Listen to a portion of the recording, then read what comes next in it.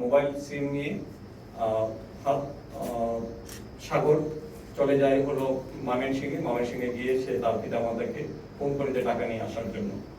তো সেই পরিকল্পনার যে ধরে তাকে মেরে ফেলার পর যখন আমাদের অভিযানিক টিম তাদেরকে ধরে নিয়ে আসে এবং পরবর্তীতে তারা যে ঘটনার যে বর্ণনা দিয়েছে সেটা আরো রোমহর্ষক, যে তাদেরকে একজনের গলায় চেপে ধরে এবং পায়ের মধ্যে ধরে গলা চেপে ধরার পরে সে প্রচন্ড চিৎকার করতেছিল যে মা বাবা আমাকে বাঁচাও। আর এই নরপিচাসগুলো কোনো অবস্থাতে তাদেরকে ছেড়ে দেয়। তো তাদের বিরুদ্ধে আইনানুগ ব্যবস্থা প্রক্রিয়া দিন আমরা চেষ্টা করব যে মামলাটা আমরা র্যাপিড অ্যাকশন ব্যাটালিয়নে নিয়ে এসে তাদের সর্বোচ্চ শাস্তি যেন নিশ্চিত করা যায় সেই বিষয়ে আমরা কার্যকরী ভূমিকা পালন করব। ধন্যবাদ আপনাদের সবাই। সম্মানিত সিইও মহোদয়, আমার নাম জীবন, আমি কাজ করি বাংলাদেশ সংগঠন বাসস্থান। তো আপনার কাছে আমার প্রশ্নটা হলো, আমার জানা মতে মানুষ খুন হয় 5 থেকে 6 টাকা করে। নিষ্পাপ শিশু তামিম তার মধ্যে একজন, তিনি বলির পাঠা হয়েছেন। অপহরণকারীরা তাকে অপহরণ করলো এবং 10 লক্ষ টাকা মুক্তিপণ দাবি করলো এবং অবশ্য একদিন পরে তাকে খুন হতে হলো। এই খুন হওয়ার কারণটা কি? মানে টাকা পয়সা লেনদেন না পূর্বে কোনো শত্রুতা? এর কারণটা একটু ব্যাখ্যা করলে ভালো।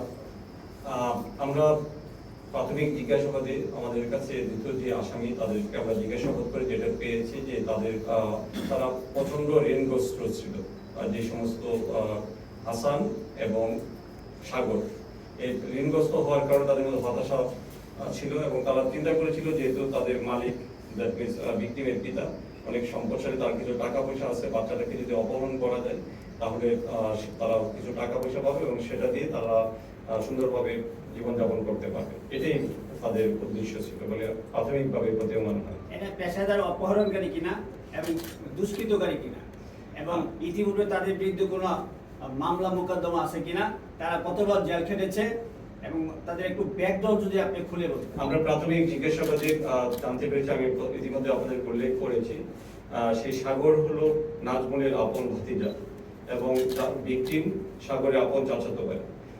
সাগর তার চাচার কারখানাতে কাজ করে এবং এর সাথে যে হাসান সে বিগত 2 মাস পর্যন্ত এই কারখানাতে চাকরি করত।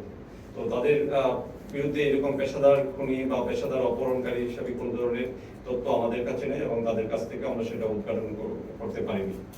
আর তাদের বিরুদ্ধে কোনো মামলা নেই।